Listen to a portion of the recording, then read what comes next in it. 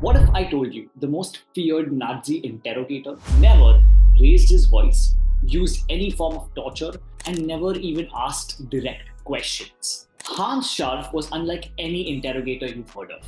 He didn't threaten or intimidate. In fact, he charmed and he listened. In fact, his techniques are so powerful, they're used even to this day by the US military. So let's dive into his controversial yet genius methods that made him the Nazis' most feared interrogator. And let's also understand which of his techniques can you and I start applying in our everyday negotiations. So to understand his negotiation techniques, we first need to understand who Hans Scharf was. By the way, I hope I'm pronouncing his name correctly. So for the sake of simplicity, let's just call him Hans. And even though he had no formal training in interrogation, he was put into one of the most intense roles of the war, which is to extract information from the Allied pilots. And here's where his tactics really come into the picture, because unlike other Nazi interrogators who used torture, who used really brutal means to extract information, Hans used a very simplified approach. He would in fact make the people he was interrogating his friends by offering them cigarettes, talking to them politely, taking them for long walks. Many times the pilots even thanked him after his interrogation. So now let's break down this approach of Hans that allows him to extract information in a much more humane manner and something that we can relate to a lot more in our current lives. And it's important to note that Hans' success didn't come from breaking down prisoners. It came from understanding human psychology. And he understood very early on that people reveal more when they feel safe and relaxed. So instead of being confrontational, he would be curious and attentive. You can imagine him just talking to somebody and throwing in questions in the middle of a simple conversation where the other person doesn't even know that they're being interrogated. So to understand his methods, let's get into three very tactical things that he did that you can apply in your everyday negotiations. Let's get into the first one. So one of the most effective things that Hans did was he would ask a question or make a comment that would probe some sort of response, and he would then just be silent and let the silence hang in the air. Let that awkwardness just build its own tension. Now, most of us feel the need to fill that particular gap, and the one who can be silent in that moment has the upper hand in any conversation. And that's the very first tactic he used very often, the power of silence. In fact, in one of his interrogations, Hans asked a very simple question to a pilot, saying something along the lines of, I guess it was just one of those high altitude runs, wasn't it? And then he just went silent. And the pilot, just to get rid of that pressure, started talking about his flight path and his altitude, which was the information that Hans needed. And we can use this in not just negotiations, but in any sort of communication. If you're in an interview and you're asked a question like, tell me about yourself, we have this instinct to just respond immediately. And then we wonder why our communication is a little muddled up and we're not able to speak as effectively as we want to. But in fact, if we just hold back and pause and just let the silence hang in there, we're a lot more likely to organize our thinking and hence articulate our thoughts clearly. Even in a negotiation, when somebody mentions a price and you find it high, instead of immediately responding, just to be silent and give a thoughtful look to that person. The pressure of the pause alone can make the other person justify themselves and lower the price without you even asking for anything. Because those quiet moments are often where the real negotiation happens. The second tactic is one of my favorites. So in this one interrogation, Hans went and warmly greeted this pilot and started talking about the pilot's aircraft model that he only knew from some observation. And the pilot, feeling that Hans was already informed, started correcting what Hans was saying and thus revealing operational details about his unit. And that's where this tactic comes in, which is to feign familiarity. When we pretend like we know something, we're a lot more likely to cause familiarity. And the familiarity bias is a very powerful tool that can be used in any form of influence. When people feel we know something about them from before itself, they are a lot more likely to be comfortable negotiating with us. In fact, my grandfather, who was in the restaurant business, used this very often. If he had to negotiate a deal with somebody, he would go to that person's office 2-3 days before the actual negotiation. And he would just go and start talking to the security guard, the receptionist, people walking in and out. And he had this knack of knowing everybody's names. So when he would meet the actual person on the day of the negotiation, he would just start throwing out these names, the names of the security guard, the names of the receptionist, the names of his other employees. And that created such a sense of familiarity that the other person felt, man, he already seems quite informed.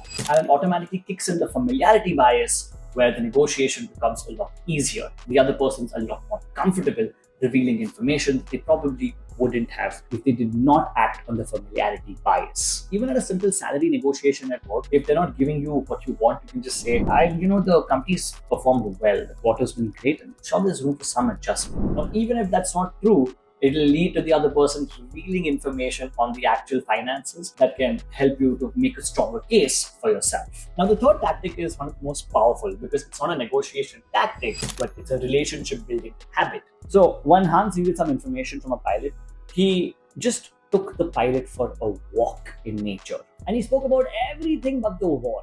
Now, this relaxed atmosphere makes the pilot drop his guard down. And just in casual conversation, he starts talking about the squadron's flying techniques. And that's the beauty of Hans's techniques. These weren't interrogations. It was just two people talking, which is why he was so looked up to. Because you never felt like you were being interrogated. You didn't even know you were revealing information that you probably shouldn't have. And that's where this tactic of just having a friendly demeanor becomes very powerful. Now, in our everyday lives, we need to understand that negotiations don't start in the negotiating room. They start a lot before. And if we have a relationship with that person, we're a lot likely to have an honest negotiation and we can be frank without coming across as confrontational. This boils down to providing a lot of value.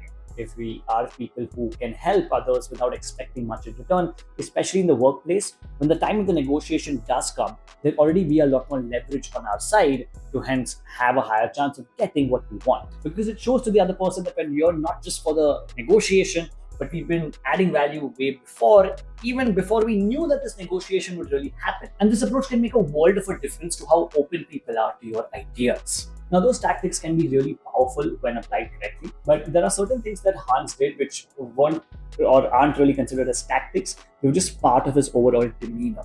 And these are things that we can not just make a part of negotiations, but of our everyday lives. And just like the third tactic we discussed, I would like to call these habits instead of tactics. And the first one is at the foundation of what made Hans such a powerful interrogator, which is his power of listening and observation. One thing is to listen correctly, but Hans was very good at understanding subtle non-verbal and body language cues that reveal information. A certain tightness of the facial muscles, a certain stiffening of the body, pupils dilating, really helped him understand whether he was headed in the right direction with his conversation with the pilot. So let's say you're negotiating a performance review and your salary over there. So instead of just listing out your achievements, first ask the leaders as to what the goals of the company are. And after listening to those, we can then start stating out our achievements and we can prioritize them based on the importance of the goals that were just stated. And this helps our communication come across as way more effective as opposed to just having a one-sided monologue. And the second habit he had was to use indirect approaches. He was a master of not being direct with his questioning. In everyday negotiations, this means to avoid being blunt with our demands. So if you're negotiating a lease, for instance, instead of just directly saying, hey, can you lower the price? You can just say, I noticed some of the units have been updated recently. Have you had many people interested in those? This can prompt the landlord to reveal information about vacancies, which you can then use to your advantage in the actual negotiation. Remember, the more information we have, the more powerful the negotiation becomes. And the way to gather information without knowing or letting the other person know that they're revealing it is to ask indirect questions. And the third and final habit was mirroring. You would often understand that the pilots were in a bad position at the moment, and he would try to empathize with them as much as possible by talking about his own life before asking any sort of questions to them. In our own lives, if we are facing a difficult client, colleague, or friend, instead of immediately reacting to them, we can understand what situation they are at, reveal an anecdote that made us feel the same way that they might be feeling right now, and then try to understand their position from a point of empathy. This mirroring technique can be really powerful because it again goes back to the familiarity bias that allows people to feel comfortable, lets their guard down, and hence reveal information they might not reveal to anybody. So these three tactics and these three habits are what made Hans so powerful.